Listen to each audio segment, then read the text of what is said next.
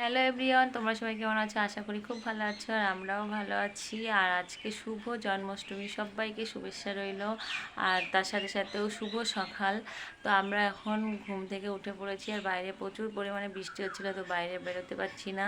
এখন বাজে 7টা, বাড়িতে যে কাজ আছে সেগুলোও করতে পারছি না। তো এখন আমি বসে পড়েছি এরকম বারুনটা হাতে করে, ঘরটা ঝাড় দেবো। যে কাজ আছে আস্তে আস্তে করি, করে নিয়ে তারপরে হচ্ছে আজকে গোপালের জন্মদিন, তো সেই উপলক্ষে একটু কিছু বাড়িতে আয়োজন করব, তো সেটাই তোমাদের সাথে শেয়ার করব। তো গোপুসোনা এখন ঘুমিয়ে আছে, গোপুসোনাকে এখনও তোলা হয়নি। তা আমি আগে কাজটা সেরে নিই, তারপরে গোপুসোনাকে তুলবো। তো চলো আমি আগে কাজে হাত লাগাই, নাই অনেকটা দেরি হয়ে যাবে। তোমরা স্কিপ না করে পুরো ভিডিওটা দেখতে থাকো, চলো। টান টান সেরে কাজটা সেরে আমি চলে এসেছি ঠাকুর ঘরে। দেখো, তা এখানে এসে আমি চালটাকে ভালো করে ভিজিয়ে ঝরঝরে করতে দিয়েছি। আর এখানে 5 রকম ভাজা কেটে নিয়েছিলাম, আর পাশে ছিল কাবলি ছোলা ভেজানো। তারপরে আমি পোলাওটা দিয়ে দিয়েছিলাম ওভেনের উপরে। হ্যাঁ, আমি আগে পোলাওটা করে নিলাম, দেখো, না হলে তো দেরি হয়ে যেত, সেই জন্য দিয়ে তারপরে একে একে আমি সব কিছু রান্না করে নিয়েছি, মানে কমপ্লিট করে নিয়েছি। গোপালের ভোগ দিয়ে সব ঢাকা দিয়ে রেখে দিয়েছিলাম গোপুর সামনে সাজিয়ে। দেখো, রাত্রে পুজো হলো, সব কিছু ভোগ তৈরি করতে গেলে তো দেরি হয়। তারপরে গোপুসোনা ছিল সিংহাসনে, এবার গোপুসোনাকে স্নান করানোর পালা। হ্যাঁ, আমি গেলাম যেই স্নান করাতে, তখন আমার মেয়ে বললো আমি আজকে স্নান করাবো, পুজো করব। তার কারণ ও না খেয়েছিল আর ও জন্মাষ্টমী করতে চেয়েছিল। তো বললো, আমি বললাম তুই পারবি রাত করে? বলছে হ্যাঁ আমি পারবো।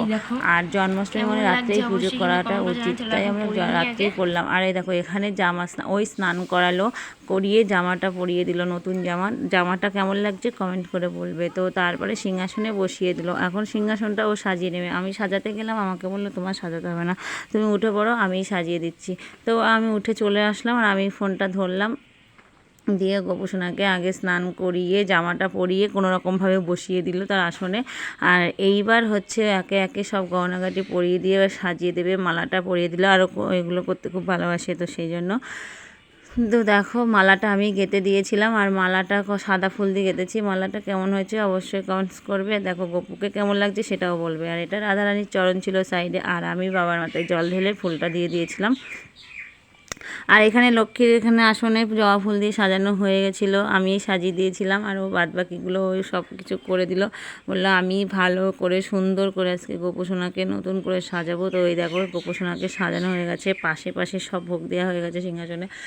মিষ্টি, ক্ষীর, লাড্ডু, নাড়ু, মানে 5 রকম ভাজা, পোলাও আর চানা মটরটা এদিকে আছে। তো সব কিছু দেওয়া হয়ে গেছিলো। আর এটা কি বলো তো, বড় সাদা মতন, এটা হচ্ছে তোমরাই বলবে, গেস করে বলবে। তো যাই হোক, তারপরে একটাতে খড়িতে 4টে মিষ্টি দেওয়া আছে গপু।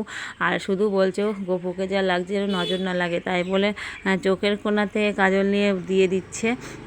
বলছে কোথায় দেবো? আমি বলছি মাথায় নাই, ঘাড়ের কাছে দিয়ে দে, যাতে দেখতে না পারে। তো বলছে ঠিক আছে, তাই হোক। তাই বলে একটু আড্ডা মারছিলাম। আর গপুর জন্য এইদিকে নিচে লুচি, বড়া সবই রয়েছে, খিচুড়ি টিচুড়ি সবই রয়েছিল। কারণ অত বড় বড় তো প্লেটে মানে করে আমি তো সিংহাসনে বসাতে পারবো না, তো সেই জন্যে। আর এই দেখো, তারপরে ফলটা বানাতে হবে, ফলটা রেখে দিয়ে আমরা চলে গেছিলাম আমরা নিজেরা রেডি হতে। সিংহাসনটাকে ভালো করে গুছিয়ে নেওয়া হয়ে গেছিলো, দিয়ে আমরা রেডি হয়ে, এইটা আমার সতীন। হ্যাঁ, সতীনটা পরেছিল গুপি ড্রেস, আর দেখো তিলক কেটে কত সুন্দর লাগছিল। আর আর আমাদের বাড়ি থেকে যাবেই না, হ্যাঁ, এবার পুজো করছিল। তো দেখো, শাড়ি, এবার আমি এদিকে ফলটা বানিয়ে নিচ্ছিলাম, সব ফল ওখানে নিচেই ছিল। আর আমাকে কেমন লাগছে আমার শাড়িটা পরে কমেন্টস করবে। হ্যাঁ, এই শাড়িটা দিয়েছিল হচ্ছে বাংলাদেশ থেকে আমার মাসি শাশুড়ি, তো আমি পরিনি, নতুন শাড়ি। তো বললো যে পরবে, রথে পরতে বলেছিল, আমি পরিনি, তার জন্য আজকে জন্মাষ্টমী করছি, বাড়িতে যেহেতু আছেন, আমি সেই জন্য নতুন জন্মাষ্টমীতেই শাড়িটা পরলাম। তো কেমন লাগছে, এখন ব্লাউজও বানানো হয়নি, কেবল পিসটা কেটে নেওয়া হলো, কেটেই আমি পরেছি। তো পরে বানিয়ে নেব। তো এদিকে আমি ফলটা বানিয়ে নিচ্ছিলাম, আর ফলটা বানিয়ে নিয়ে আর পরে এদিকে সব গোছানো রেডি। এবার হচ্ছে যে ব্রাহ্মণ আর কি, সে বসবে পুজো করতে। হ্যাঁ, আমি জন্মদিনের জন্য আমার মেয়ে একটা সারপ্রাইজ দিল গোপুসোনাকে, সেটা হচ্ছে কেক। সবার ইয়েতেই কেকটা করা হয়, এবার এটা হচ্ছে নিরামিষ কেক, বাড়িতে বানানো হয়েছিল, আমরাই বানিয়েছিলাম, মা আর মেয়ে। আর এদিকে ওর ঠাকুমার সাথে বসে আছে, আমাদের ব্রাহ্মণ চলে এসছে। আমাদের ব্রাহ্মণ হচ্ছে ওর ঠাকুমাটা, ঠিক আছে, তানিয়ার ঠাকুমা। তো ও এবার মানে বসে আছে ঠাকুমার পাশে, বলছে যে আমার ব্রাহ্মণ চলে এসছে, দেখো আমাদের কেমন লাগছে, তিলক কেটেছে, বলছে ভালো। আর ওরও এটা নতুন জামা, যেহেতু পরেছে, নতুন জামা নিয়েছে এবার। তো এবার ও ঠাকুমা বসে পড়েছে আর বলছে আমি যতটুকু পেরেছি আমি ততটুকুই করেছি, আমার গোপাল সেটাই সন্তুষ্টভাবে নিয়ে নিক, সেবা করুক। আমি বললাম ঠিক অবশ্যই, গোপাল ঠিক মনে মনে সন্তুষ্টই আছে। আর সত্যি কথা বলতে কি এবার করবো না ভেবেছিলাম, তবু তার মধ্যে আমার সত্যি গোপাল আমার সব গুছিয়ে দিয়েছে আর সবই হয়ে গেছে। আর এইদিকে হচ্ছে ব্রাহ্মণ বসে আগে নিবেদন করে দিচ্ছে আর আরতি করবে, পুজো করবে, তারপরে আমরা একটু ফুল দেবো। ব্রাহ্মণটা ভালোই হয়েছে।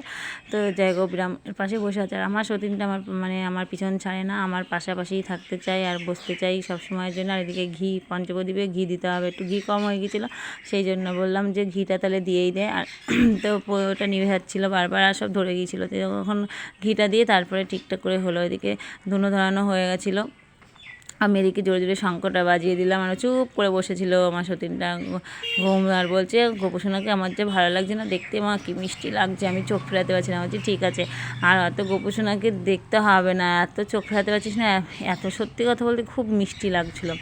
তো তারপরে ওর ঠাকুমা পুজোটা সেরে নিল, ওইদিকে আরতি করছে, বলছে আমি আরতিটাকে সেরে দিই, তারপরে তোমরা সবাই মিলে ফুল দিয়ে পুজো করে আরতি করে যে যেমন যার যার মনের বাসনা কামনা বলে নাও। তো আমরা বললাম ঠিক আছে। তারপরে ঠাকুমার পুজো হয়ে গেল, এবার আমার মেয়ে ফার্স্টে করলো, দেখো কি সুন্দর করে আরতি করছে। আরতি করার পর উলু দিচ্ছে, আমার থেকে ভালো পারে উলু দিতে, কারণ আমি উলু দিতে পারি না, আমার মেয়ে উলু দিতে ভালোই পারে। আমি শুধু শঙ্খটাই বাজিয়ে ছাড় পেয়ে যাই আর কিছুই না। এদিকে ধূপকাঠিটা ধরিয়ে নিল, তারপরে হচ্ছে ও এদিকে প্রণামটা করবে, প্রণামটা সেরে নিয়ে আবারও ঠাকুমার কাছে বসে বললো। ঠাকুমা আবারও বসলো, একটু দরকার ছিল ওখানে, ফুল টুল দেওয়ার পরে যে সেবাটা দেবে সেটাকে নিবেদন করার জন্য। তো এদিকে আমরা সবাই মিলে বসে আছি, আমাদের বাড়িতে দিদি এসেছিলো আর বৌমা এসেছিলো, দিদি পুজো করলো, জন্মাষ্টমী করলো প্রথমবার। তাই এবার হচ্ছে ঠাকুমা উঠে চলে এসেছে, তখন ও আবার হচ্ছে পঞ্চপ্রদীপ থেকে নিয়ে আরতি আবার করে ছেঁকে দিল, একটু পঞ্চপ্রদীপ দিয়ে আগুন দিয়ে ছেঁকে দিল গোপালকে। তারপর প্রণাম করলো, প্রণাম করে মনের বাসনা কামনা চেয়ে নিল। এবার ওখান থেকে উঠে আসবে, এবার আমি গিয়ে বসবো। আমি বললাম আমাকে দিয়ে, আমি একটু বলছি চুমু খেয়ে নিই একটু গপুকে, না হলে হচ্ছে না। তারপরে সাইডে দাঁড়ালো, আমি আবার বসে পড়লাম। আমি একটু ফুল টুল দেওয়ার পরে একটু আরতি বললো যে আরতি তো করা হয়ে গেছে দুবার, তাও তুমি একটু পঞ্চপ্রদীপ দিয়ে ছেঁকে নাও। তো আমি আঁচলটা ঘুরিয়ে নিলাম, একটু গোপোষণাকে একটু আগুনের তাপ দিয়ে দিলাম। দেওয়ার পরে প্রণাম করে আমার মনের যা ইচ্ছা ছিল আমি সেগুলো বললাম, বলে উঠে চলে আসলাম। এবার দিদি বসে পড়লো, এবার দিদি এবার পুজোটা করে নেবে। পুজোটা দেওয়ার পরে হাত জোড় করে প্রণাম করে নিল। আবার আমি বললাম যে তাহলে সেবাটা দিতে হবে, আমি গোপোষণাকে খাইয়ে দিচ্ছি। তো গোপোষণার ওখানে আলাদাভাবে সব কিছু দেওয়া হয়েছিল। প্রথমে আগে ক্ষীর মাখনটা দেওয়া হলো, ক্ষীর ছানাটা দেওয়া হলো।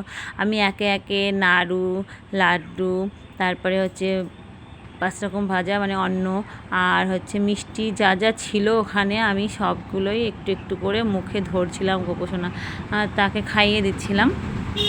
তারপরে খাইয়ে দেওয়ার পরে এবার নিচে বড়া ছিল, লুচি ছিল, সুজি ছিল, ফল ছিল, সব কিছুই ছিল নিচে, কিন্তু আমি সেগুলো একটু একটু করে সবগুলো হাতে তুলে। আর ওর যেটা স্পেশাল সেটা হচ্ছে জন্মদিনের কেক। তো কেকটা এবার আমার মেয়ে কেটে দিচ্ছিল। হ্যাঁ কেকটা কেটে দেওয়ার পরে আমি বললাম দে আমি মুখে ধরে দিই। তো বললো যে ঠিক আছে। এবার গোপোষণাকে আমি সিংহাসন থেকে নিচে নামাইনি, হ্যাঁ আমরাই কেটে দিয়েছি। তো কেটে মুখে ধরে দিয়েছি, গোপোষণা সেবা করেছে। তারপরে হচ্ছে আমরা রেখে আমরা বললাম একটু 5 মিনিট আমরা বাইরে যাই, 5 থেকে 10 মিনিট, কারণ জলটা আগে দিয়ে যাই, জলটা খাবারের পরে জলটা তো খাওয়াতে হয়। তো জলটা সেবা দিয়ে গেলাম, তো জলটা সেবা করলো। তারপরে আমরা 5 মিনিট আমি প্রণাম টনাম সেরে নিলাম, সেরে নেবার পরে বাইরে চলে গেলাম। বাইরে যাওয়ার পরে আমি বললাম যে হ্যাঁ গোপোষণা একটু সেবাটা করে নিক, আমি বাইরে যাই, আমার মনের, আমি বললাম গোপাল তুমি সন্তুষ্টভাবে সেবা করো, আমরা আসছি। তাই বলে টাটা। আজকের ব্লগটা কেমন লাগলো অবশ্যই